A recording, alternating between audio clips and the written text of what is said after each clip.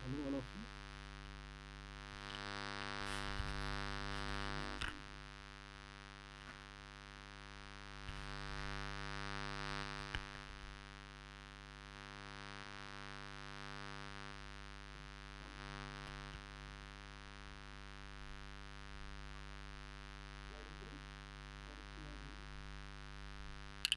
नहीं मत बंद कर, तुम्हें दिखेगा ही नहीं।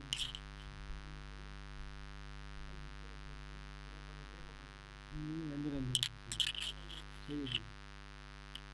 बंद कर देना। मच्छर आएंगे यार। पंखा चला दे, पंखा चलाने की जरूरत नहीं है इसमें।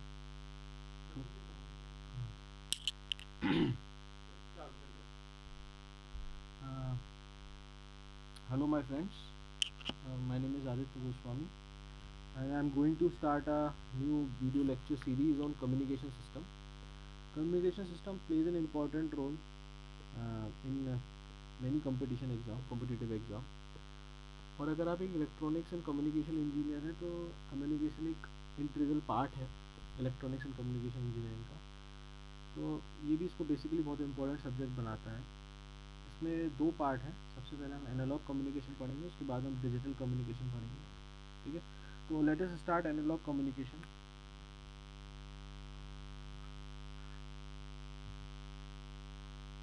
दोस्तों, अगर आपको मेरी वीडियो पसंद आती है, मेरे पढ़ाए हुए से अगर आपको थोड़ी भी नॉलेज मिलती है तो प्लीज़ मेरी वीडियोस को लाइक कीजिए, सब्सक्राइब कीजिए। और ये वीडियोस एकदम फ्री हैं। ठीक है, तो आप जो भी बच्चे हैं जो कोचिंग नहीं जा पा रहे हैं, ठीक है, वो भी इनको लाइक कर सकते हैं और सब्सक्राइब कीजिए, उनको शेयर कीजिए ताकि उनको कुछ फ़ायदा हो। तो let us start communication. What do you mean by communication? Communication is the transfer of information is the transfer of information from source to destination। जैसे कि आपको मैं वीडियोस लेक्चर दे रहा हूँ और मैं यहाँ पे बोल रहा हूँ और आपके पास मेरी आवाज़ पहुँच रही है, तो ये क्या हो रहा है कि इन्फॉर्मेशन का ट्रांसफ़र हो रहा है। मैं सोर्स हूँ और आप डेस्टिनेशन हो, तो मेरे से आपके पास तक क्या हो रहा है, इन्फॉर्मेशन का ट्रांसफ़र हो रहा है। यही बेसिक डेफिनेशन है किसी भी कम्युनिकेशन सिस्टम की। कम्युनिकेशन सिस्टम पढ़ने से पहले हम इसका ब्लॉक डायग्राम देखते हैं कि क्या ब्लॉक डायग्राम होता है। सबसे पहले जैसा कि मैं बोल रहा हूँ तो मेरे मुंह से एक आवाज़ निकल रही है जो कि बेसिकली एक एनालॉग सिग्नल है। तो ये जो एनालॉग सिग्नल है, ये जो मेरे गले में अकॉस्टिक मैं कह सकता हूँ, मेरे गले में जो अकॉस्टिक प्रेशर्स प्रोड्यूस हो रहे हैं, ठीक है, उसके कारण मेरी आवाज़ निकल रही है। तो अकॉस्टिक वाइब्रेशन है मेरे गले में जिसके कारण मेरी आवाज़ आप लोगों तक पहुंच रही है। तो बेसिकली क्या है, ये एक सोर्स है। ठीक है, मैं क्या हूँ, ये मैं हूँ जो मैं बोल रहा हूँ। ठीक है, और मैं एक सोर्स हूँ। सोर्स क्या करेगा, स्पीच सिग्नल ट्रांसफ़र करेगा। ठीक है, जैसे ही स्पीच सिग्नल ट्रांसफ़र होगा, अब हमारे जो वायर्स हैं, बेटा देखो, अब क्या है, मैंने वायर्स, अब आप किसी से मोबाइल पे बात कर रहे हो तो आपके गले में से तो स्पीच सिग्नल निकल रहा है। लेकिन अगर आपको ये ट्रांसफ़र करना है तो क्या करना पड़ेगा, सबसे पहले ये आपकी जो आवाज़ है वो कहाँ पे जाएगी। अगर आप मोबाइल यूज़ कर रहे हो तो आपको सबसे पहले इसको EM वेव्स में कन्वर्ट करना पड़ेगा। ठीक है ना, अगर आपको उसको ट्रांसफ़र करना है। और अगर आप हेडफोन लगा के किसी से बात करो, सबसे पहले जो आप बोलोगे तो वो हेडफोन में in the form of current and voltages वो आपके मोबाइल में एंटर करेगा। ठीक है, तो इसके लिए मुझे क्या चाहिए होगा, किसी एक फॉर्म से दूसरी फॉर्म में अगर मैं सिग्नल को कन्वर्ट कर रहा हूँ तो उसके लिए मुझे ट्रांसड्यूसर्स की ज़रूरत पड़ेगी। अब जब ट्रांसड्यूसर से सिग्नल निकलेगा तो वो सिग्नल आपका एक इलेक्ट्रिकल सिग्नल होगा। ठीक है, वो सिग्नल आपका क्या होगा, एक इलेक्ट्रिकल सिग्नल होगा। लेकिन ये इलेक्ट्रिकल सिग्नल इतना स्ट्रॉन्ग नहीं है कि इसको मैं कम्युनिकेशन में यूज़ कर सकूँ। इसलिए ये क्या है आपका, ये भी इसकी फ्रीक्वेंसी क्या है, ये लो फ्रीक्वेंसी का सिग्नल। ये सिग्नल है, ये आपका लो फ्रीक्वेंसी का सिग्नल है। अब एक ब्लॉक आता है जिसको मैं कहता हूँ मॉड्यूलेटर। अभी मैं मानता हूँ आपको मॉड्यूलेटर के बारे में कुछ नहीं पता। ठीक है, तो आप समझिए मॉड्यूलेटर को अभी हम आगे पढ़ेंगे, बहुत ही ब्रीफ डिस्कशन करेंगे मॉड्यूलेटर पर। तो अभी मैं मान लो आपको मॉड्यूलेटर के बारे में कुछ नहीं पता, तो आप मॉड्यूलेटर को ऐसा ब्लैक बॉक्स समझ सकते हैं जो कि लो फ्रीक्वेंसी सिग्नल को क्या करेगा, आपकी हाई फ्रीक्वेंसी सिग्नल में बदलेगा। ठीक है, ये आपकी हाई फ्रीक्वेंसी सिग्नल में कन्वर्ट करेगा। ठीक है, अभी भी इस समय भी ये क्या होगा आपका, इस समय भी ये इलेक्ट्रिकल सिग्नल ही है, ये ध्यान रखेंगे। मॉड्यूलेटर के बाद भी ये क्या है आपका, इलेक्ट्रिकल सिग्नल। ठीक है, इसको फिर हम ट्रांसफर करेंगे एम्पलीफायर्स पे। बेसिकली हम क्या करेंगे, एम्पलीफायर्स में ऐसे एलिमेंट्स होंगे, उसके कारण क्या होगा, जो आपका ये इलेक्ट्रिकल सिग्नल होगा इसको हम EM वेव्स में कन्वर्ट करेंगे और ट्रांसमीटर के हेल्प से इसको सेंड कर देंगे रिसीवर पे। रिसीवर साइड में क्या होगा, ये जो ट्रांसमिटेड सिग्नल है ये आपका रिसीवर साइड में रिसीव होगा। ठीक है, उधर भी हमने एक एम्पलीफायर लगा रखा, हमने वहाँ एम्पलीफायर इसलिए लगा रखा है ताकि जो भी नॉइसेज आए, जो भी हमारे चैनल में नॉइस थी, जो भी नॉइसेज आए उसकी वजह से हमारा सिग्नल जितना भी डिस्टॉर्ट हुआ है वो सिग्नल हमारा ठीक हो जाए। ठीक है, एम्पलीफायर होगा। एम्पलीफायर का अगर हम आउटपुट देखेंगे तो वो क्या होगा, वो आपका हाई फ्रीक्वेंसी इलेक्ट्रिकल सिग्नल ही होगा, वो भी आपका क्या होगा, एक हाई फ्रीक्वेंसी इलेक्ट्रिकल सिग्नल ही होगा। बेसिकली देखिए यहाँ पे एम्पलीफायर से पहले भी आपका इलेक्ट्रिकल सिग्नल था और हाई फ्रीक्वेंसी था। अब यहाँ पे जब आप रिसीवर पे रिसीव होगा उसके बाद जो आपने एम्पलीफायर लगाया है to reduce the effect of noise, उसका जो आउटपुट होगा वो भी हाई फ्रीक्वेंसी सिग्नल होगा और इलेक्ट्रिकल सिग्नल ही होगा। ठीक है, उसके बाद आप क्या करेंगे, जो भी मॉड्यूलेटर ने ऑपरेशन करा है, ठीक है, क्योंकि हमने अभी मॉड्यूलेटर पढ़ा नहीं है, हमें मानेंगे एक ब्लैक बॉक्स है, तो जो भी मॉड्यूलेटर ने ऑपरेशन करा है उसका क्या होगा, डीमॉड्यूलेट होगा। वो डीमॉड्यूलेटर लगाएंगे, जो डीमॉड्यूलेटर का आउटपुट होगा, अब देखना आपका मॉड्यूलेटर का इनपुट क्या था, इलेक्ट्रिकल सिग्नल लो फ्रीक्वेंसी, उसी हिसाब से अगर मैं डीमॉड्यूलेटर का आउटपुट देखूंगा तो वो भी क्या होगा, आपका इलेक्ट्रिकल सिग्नल ही होगा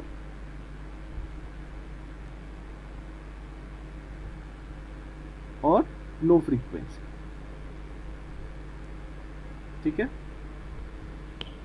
उसके बाद आएंगे आपकी, अब देखो अब यहाँ पे क्या था, अब हमें तो आवाज़ किसी की सुननी है तो हम करंट या वोल्टेज तो सुन नहीं सकते, अपने को क्या सुनाई देनी चाहिए, अपने को तो उसकी वॉइस सुनाई देनी चाहिए। तो उसके लिए हम क्या करेंगे, किसी एनर्जी को वन फॉर्म से दूसरी फॉर्म में कन्वर्ट करने के लिए किसका इस्तेमाल करेंगे अपन, ट्रांसड्यूसर्स का इस्तेमाल। तो ये इसका आउटपुट मिल जाएगा अपने को, जो कि एक स्पीच सिग्नल होगा।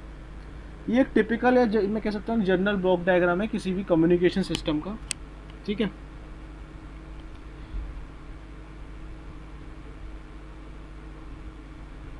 कुछ हम सिग्नल्स की फ्रीक्वेंसी, जो हमारे बेसिक नीड्स के सिग्नल हैं उनकी हमें फ्रीक्वेंसीज पता होनी चाहिए। तो नोट करके एक चीज़ सब लिख लेंगे कि आपका स्पीच सिग्नल की जो रेंज होती है बेटा, वो होती है 300 हर्ट्ज टू 3400 हर्ट्ज। इसको मैं 3.4 किलो हर्ट्ज भी लिख देता हूँ।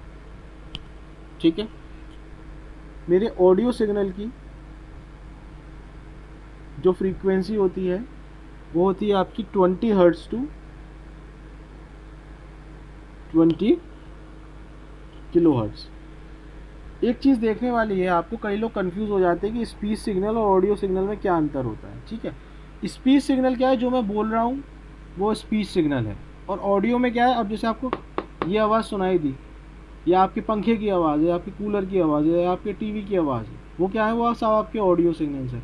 तो हम देख सकते हैं जितने भी आपके स्पीच सिग्नल हैं, speech signals are the subset of audio signals. ठीक है, तो आपको बेसिक डिफरेंस पता होना चाहिए, what is the difference between speech signal and audio signal. Speech signal क्या है, variation on the acoustic pressure, this is the variation in the acoustic pressure. Acoustic मतलब में जो अकॉस्टिक ग्लैंड्स होते हैं मेरे गले में, जिसके कारण प्रेशर पड़ता है, जिसके कारण प्रेशर पड़ता है, अकॉस्टिक ग्लैंड्स होते हैं जिसके कारण प्रेशर पड़ता है, उससे जो वाइब्रेशन प्रोड्यूस हो रहा है वो स्पीच सिग्नल है। और ऑडियो कोई भी मेरी आवाज़ हो सकती है, मेरी वॉइस भी इंक्लूड है, एक गाड़ी के स्टार्ट होने का इंजन भी, गाड़ी के इंजन स्टार्ट हो रहा है वो भी इंक्लूड है। ठीक है ना। नेक्स्ट आते हैं मेरे वीडियो सिग्नल। जो वीडियो सिग्नल की रेंज होती है वो होती है मेरी 0 to 5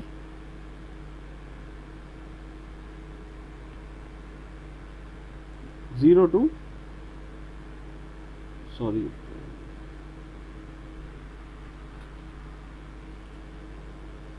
to 5 मेगाहर्ट्ज। ठीक है, ये होती है मेरे वीडियो सिग्नल की रेंज। जो भी आपके टीवी सिग्नल होता है, जो भी आप सिग्नल्स जो भी आप वीडियोस देखते हैं, उनकी रेंज आपकी 0 से 5 मेगाहर्ट्ज होती है। ठीक है, नेक्स्ट आते हैं मेरा डेटा सिग्नल। अब डेटा सिग्नल की रेंज क्या होती है बेटा, वेरी करती है। किसी चैनल के थ्रू आप ज़्यादा डेटा भेज सकते हैं, किसी चैनल के थ्रू आप कम डेटा भेज सकते हैं। इट डिपेंड्स अपॉन द कि उसकी एंट्रोपी कितनी है, मतलब एंट्रोपी मतलब कितने बिट्स पर मैसेज आप उसमें भेज सकते हो बिना किसी एरर के। ठीक है, तो ये वेरी करता है आपका, it varies depending upon the channel. ठीक है, data signal is variable signal. Next हम आते हैं, अगर आप इन ब्लॉक डायग्राम्स के आपको चाहिए बड़े, what is transducer, what is modulator, what is amplifier, ये आप मेल कर सकते हैं हमारी वेबसाइट, हमारी जीमेल अकाउंट पे, तो आपको इन सब की PDF मिल जाए। ठीक है, नेक्स्ट हम चलते हैं इम्पोर्टेंट पार्ट पे। जो हमारा इम्पोर्टेंट पार्ट है,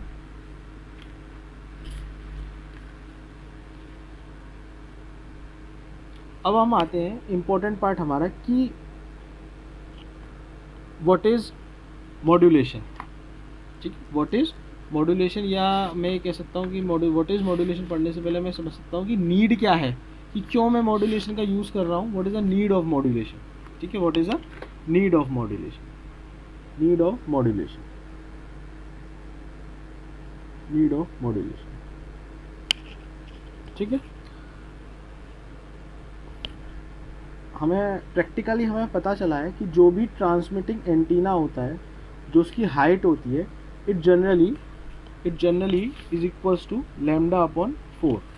ठीक है, it generally equals to lambda upon 4 means the height depends upon, height of a transmitting antenna is lambda by 4। It depends upon its wavelength. Okay, and now you also know lambda is equals to c upon f, where c is the speed of light, lambda is wavelength here. Okay, if you put this into the formula, then ht comes out to be, if you put the value of lambda over, then ht comes out is lambda, sorry, ht comes out to be c upon 4f. Okay, c upon 4f is the value of, is the height of the antenna. Means what can I say, the height is inversely proportional to 1 upon frequency. ठीक है, now let us suppose we are taking let us suppose we take an example that let the frequency of the wave which we are going to transmit is 15 kilohertz.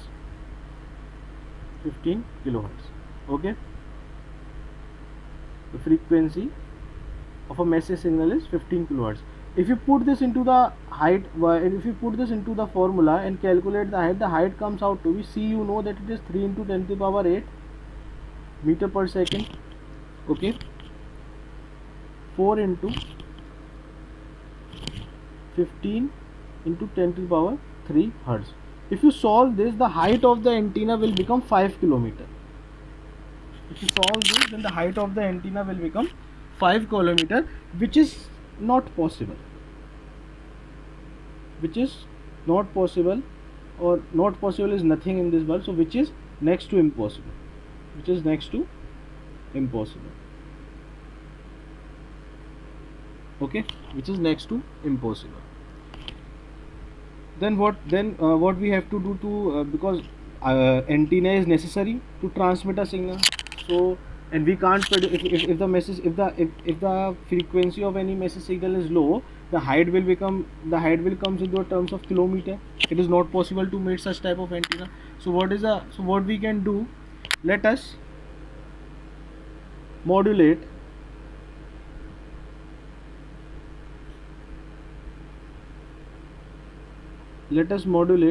this 15 kilohertz अगर आप इस frequency को modulate करेंगे तो मैं मानता हूँ अभी तक मॉड्यूलेट का मतलब है केवल हमारे लिए कि इस फ्रीक्वेंसी को हमें बढ़ाना है। तो मॉड्यूलेट करने का तो ये फ्रीक्वेंसी हमें बढ़ के हो गई हमारी, लेट अस सपोज 1 मेगाहर्ट्ज़। ठीक है, हमारी फ्रीक्वेंसी कितनी होगी 1 मेगाहर्ट्ज़। अब अगर आप अब रखेंगे इसमें C/4f में इसको आप रख के देखेंगे तो जो फ्रीक्वेंसी आपकी आएगी, जो हाइट ऑफ द एंटीना आपकी निकल के आएगी, वो आएगी आपकी 75 metre, which is practically possible, which is practically possible. ठीक है, तो हम ये कह सकते हैं कि जो ट्रांसमीटर एंटीना क्या करता है, सबसे पहले ट्रांसमिटिंग एंटीना का यूज़ क्या है। Transmitting antenna converts electrical signal as EM signal and will travel with the velocity of the light. क्या करेगा ट्रांसमिटिंग एंटीना, आपके इलेक्ट्रिकल सिग्नल को EM सिग्नल में कन्वर्ट करेगा। ठीक है, और आपका वेव आपकी ट्रेवल कर जाएगी। तो अब सबसे पहले हमने ये समझा मॉड्यूलेशन का कि क्या है मॉड्यूलेशन का नीड, कि हम देखते हैं अगर मैसेज सिग्नल की जो फ्रीक्वेंसी होती है हमारी, अगर वो कम होती है, उस केस में क्या होता है, जो एंटीना की हाइट आती है वो in the range of kilometres आती है बेटा।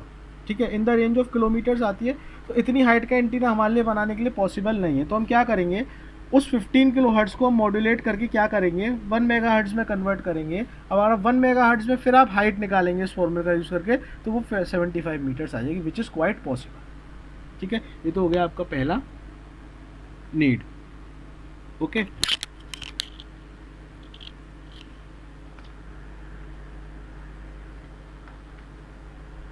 तो दो अभी तक हमने ये सीखे कि क्या है मॉड्यूलेशन की नीड, कि सबसे पहले हमने सीखा कि क्या कर सकते हैं मॉड्यूलेशन से,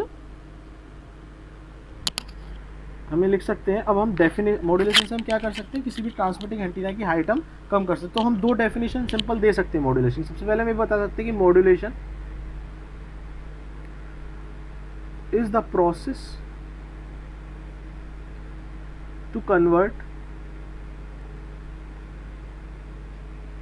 a low frequency signal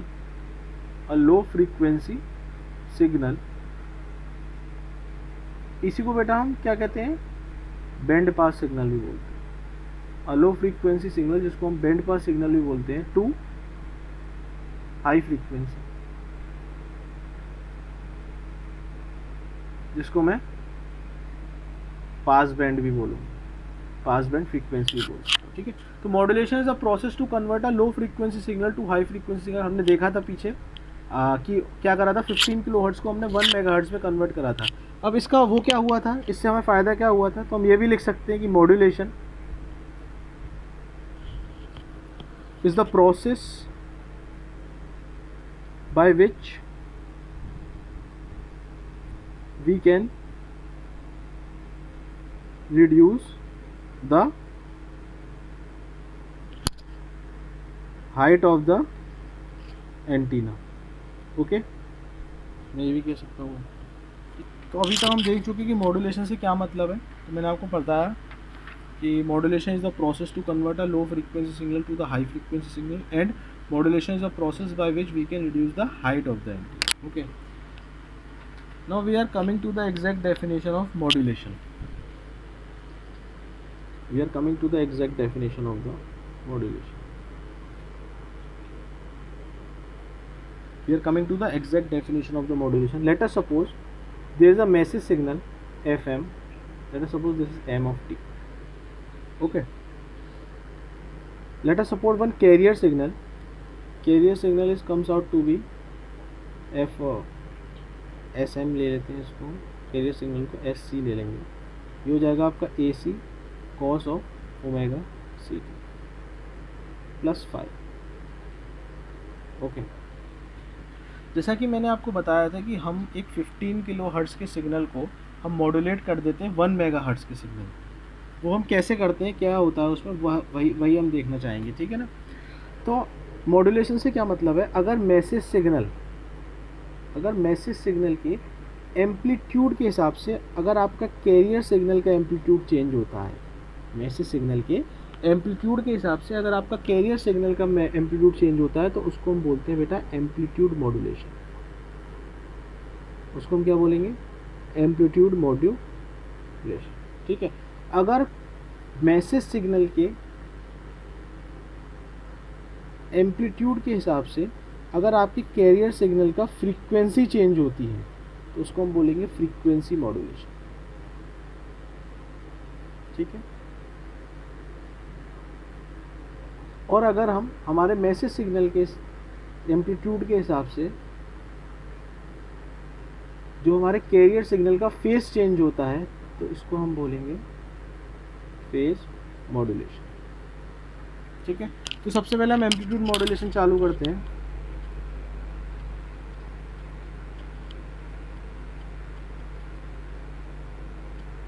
सबसे पहले हम एम्पलीट्यूड मॉड्यूलेशन चालू करते हैं।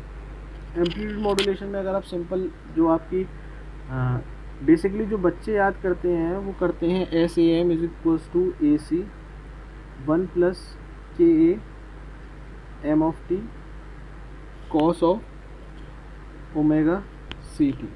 ठीक है। इस इक्वेशन का कोई प्रूफ नहीं है, ये मैथमेटिकल इक्वेशन है। ठीक है। ठीक है। हम थोड़ा अलग चालू करते हैं। हम कैसे लेते हैं, हम लेते हैं equation S A M is equals to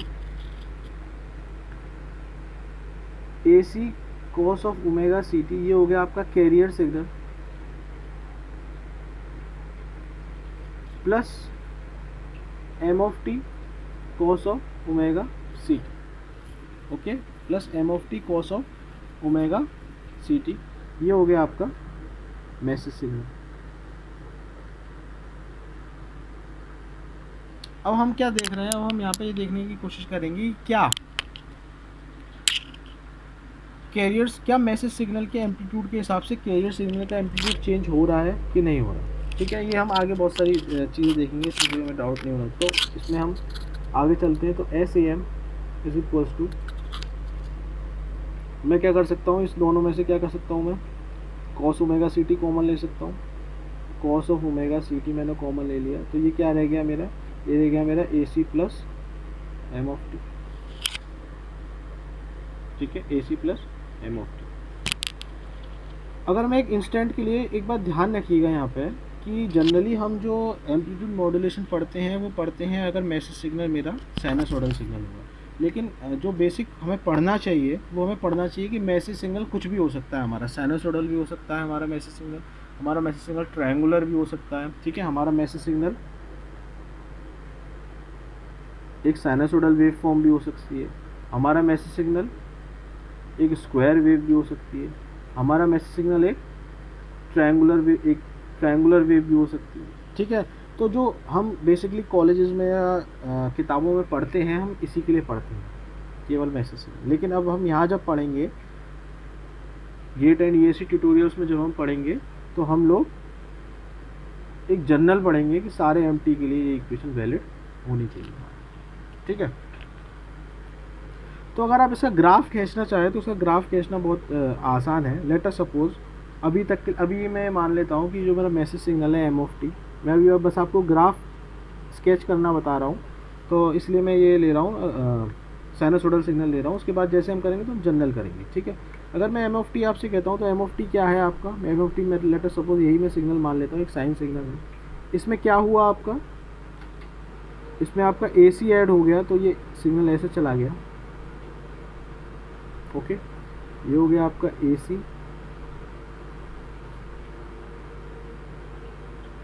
ठीक है। या ए सी अगर बहुत बड़ा हुआ तो उस केस में क्या हो जाएगा, ये आपका ऐसे भी हो जाएगा। ठीक है। तो जो हम एनालिसिस करेंगे अभी इसके लिए करेंगे, आपको समझ में आ जाएगा कि मैं क्यों इसके लिए कर रहा हूँ एनालिसिस, जैसे जैसे हम आगे बढ़ेंगे। ठीक है। तो ए सी ये हो गया, तो ये आपका जो सिग्नल बना, ये आपका सिग्नल बना A C plus M of T का सिग्नल। तो आपको कॉस ओमेगा सी टी का सिग्नल ड्रॉ करना है, इसमें मल्टीप्लिकेशन है कॉस ओमेगा सी टी का। सिग्नल ड्रॉ करना बहुत आसान है। आप लोग क्या करें, आप जो भी कॉस ओमेगा सी टी का मल्टीप्लिकेशन है उसका आप क्या ले लें, उसका आप एक एनवेलप ले लें इस तरीके से।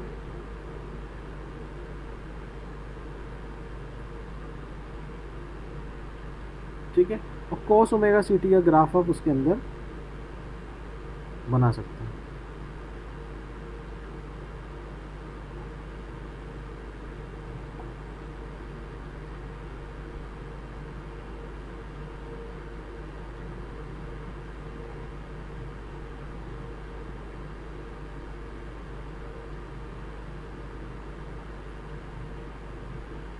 ये जो ग्राफ होगा आपका, ये होगा आपका cos of omega C T into A C plus M of T. ठीक है ना। एक बात इसमें समझने वाली बात बहुत ध्यान से है कि हमारा एक्चुअली ट्रांसफ़र क्या हो रहा है, हमारा हमेशा कैरियर सिग्नल ही ट्रांसफ़र हो रहा है। ठीक है ना। कैरियर सिग्नल का देखिए एम्पलीट्यूड वेरी कर रहा है according to the message signal. तो यही है आपका एम्पलीट्यूड मॉड्यूलेशन। इसका थोड़ा और एनालिसिस करते हैं हम। लेट अस सपोज इस इक्वेशन को लेता हूँ मैं, एस ए एम टी जो मैंने ऊपर लिखी है, A C cos of omega C T plus M T cos of omega C T. अगर आप इसकी पावर की बात करें तो पावर ऑफ ए एम, आप सब लोग जानते हैं कि A C cos of omega C T की अगर मैं पावर निकालता हूँ तो ये ए सी स्क्वायर अपॉन 2 आती है। ठीक है। कैसे आती है पावर, आप सिंपल एक एग्जांपल देख सकते हैं। आप सिंपल एक चीज़ देख सकते हैं कि जो आरएमएस वैल्यू होती है किसी भी सिग्नल की, किसी भी कोसाइन या साइन सिग्नल की, वो होती है आपकी एम्पलीट्यूड, जो कि यहाँ पे ए सी है, डिवाइड बाय √2। ठीक है। अब मैं इसकी अगर पावर फाइंड करना चाहता हूँ तो मुझे क्या है, मीन स्क्वायर कर दूँ। यानी मीन स्क्वायर तो यही रहा, बस मैं क्या कर दूँ, रूट का स्क्वायर कर दूँ। उसका स्क्वायर कर दूंगा तो रूट मीन स्क्वायर में से केवल मीन स्क्वायर रह जाएगा। अगर मैं स्क्वायर करूँगा तो ये आ जाएगा मेरा ए सी स्क्वायर अपॉन 2, यही है। ठीक है। प्लस एम स्क्वायर टी का मैं क्या कर ले रहा हूँ, मैं स्क्वायर का मीन ले रहा हूँ डिवाइडेड बाय टी। ओके, यहाँ पे भी कॉस ओमेगा सी टी था, तो इसका मीन स्क्वायर डिवाइड बाय इसकी पावर डिवाइड बाय 2। ये है मेरी जनरल इक्वेशन किसी भी एम्पलीट्यूड मॉड्यूलेशन। यही हम लोग क्या पढ़ते हैं एक्चुअली, हम लोग एक्चुअली पढ़ते क्या है कि जो हम आप पीछे भी निकला वो दोबारा लिख दे रहा हूँ मैं। ये हो गया मेरा A C square upon 2 plus का M square T mean square का मीन डिवाइड बाय 2। हम जनरली क्या पढ़ते हैं, हम जनरली पढ़ते क्या है, जो हम जनरली याद रट लेते हैं, हम ये देखते हैं कि जो एम टी है हमारा वो क्या है, एक साइनसोइडल सिग्नल अगर हुआ sine of omega C T, तो जो इसकी पावर आ जाएगी वो कितनी हो जाएगी आपकी, ए एम स्क्वायर अपॉन 2 इसकी पावर आ जाएगी। वहीं इस इक्वेशन में पुट कर देते हैं तो जो एम्पलीट्यूड मॉड्यूलेशन होता है वो हो जाता है आपका A C square upon 2 plus A M square upon 4। Okay, मैंने A M square upon 2 put कर दिया यहाँ पे, मीन स्क्वायर वैल्यू निकाल दी है मैंने। ठीक है इसकी, तो आप क्या कर सकते हैं, यहाँ से आप A C square upon 2 common ले सकते हैं, तो हो जाएगा 1 plus A M square upon A C square into 2। ये जो पार्ट होता है इसको मैं बोलूँगा mu is equals to A M upon A C, mu is equals to A M upon A C. इसको मैं कहता हूँ बेटा मॉड्यूलेशन इंडेक्स। ठीक है, इसको मैं कहता हूँ मॉड्यूलेशन इंडेक्स। तो हम अगर इसको इसमें देखें तो यहाँ पे स्क्वायर है, तो ये हो जाएगा A C square upon 2 1 plus mu square upon 2। तो ये है मेरी total power only in the case, किस केस में, कि अगर मेरा if my message signal is sinusoidal. अगर मानिए मेरा मैसेज सिग्नल साइनसॉइडल नहीं, लेट अस सपोज जो मेरा मैसेज सिग्नल है एम ऑफ टी वो क्या है, एक स्क्वायर वेव है।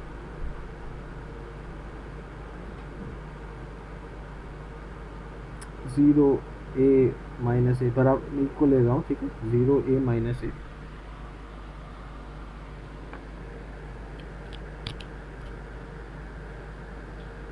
लेट अस सपोज इसको मैं मान लेता हूँ टी, मान लेता हूँ इसको 2t स्क्वायर।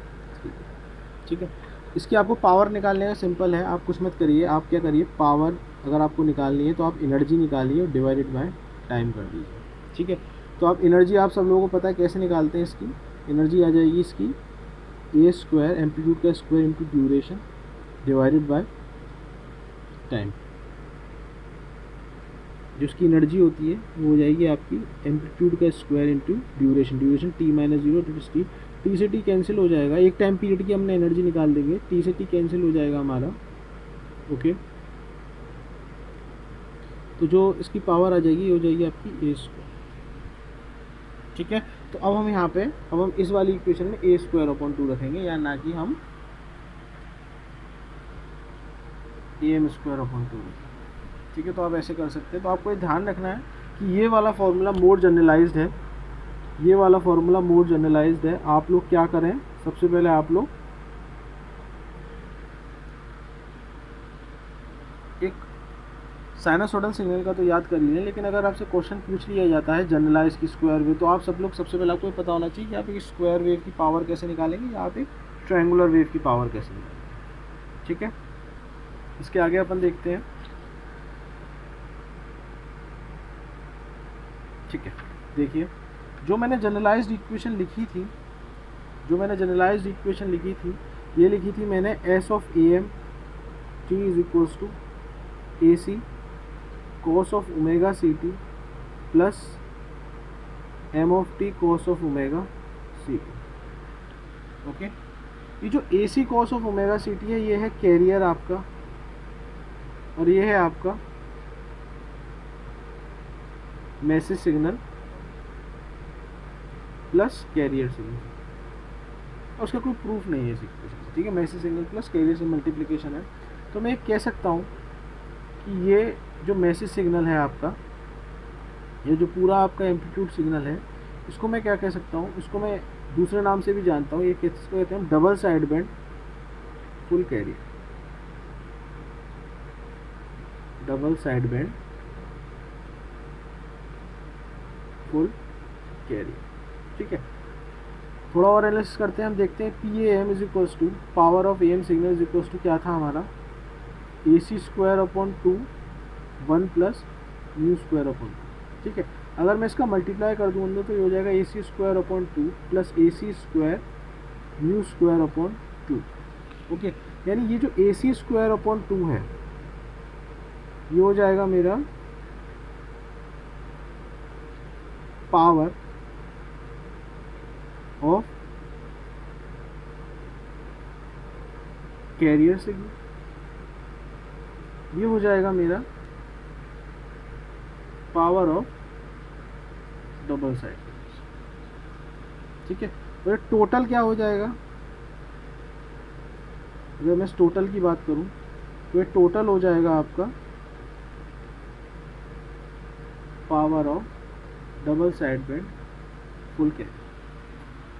कोई आपसे कहे कि केवल आपको पावर बतानी है डबल साइड बैंड्स की, तो आप बता सकते हैं कि power of double side bands कितना हो जाएगा, सिर्फ ए C square mu square upon 2 हो जाएगा। और पावर ऑफ कोई आपसे पूछा सिंगल साइड बैंड की बतानी है तो आप डिवाइड बाय 2 और कर देंगे इसमें, तो ए C square mu square by 4 हो जाएगा। ठीक है, होपफुली अगर आपको पसंद आई है मेरी वीडियोज़, इसके आगे हम बाद में पढ़ेंगे। अगर आपको हमारी वीडियोज़ पसंद आती है तो आप लोग इसको सब्सक्राइब करें, लाइक करें, और उसको जितना हो सके उतना शेयर करें, ताकि जो नीडी पीपल्स हैं उनके पास ये वीडियो पहुंच सके। और आगे हम इसके बहुत क्वेश्चंस करने वाले हैं। ठीक है ना, तो जल्दी से लाइक करिएगा, सब्सक्राइब करिएगा।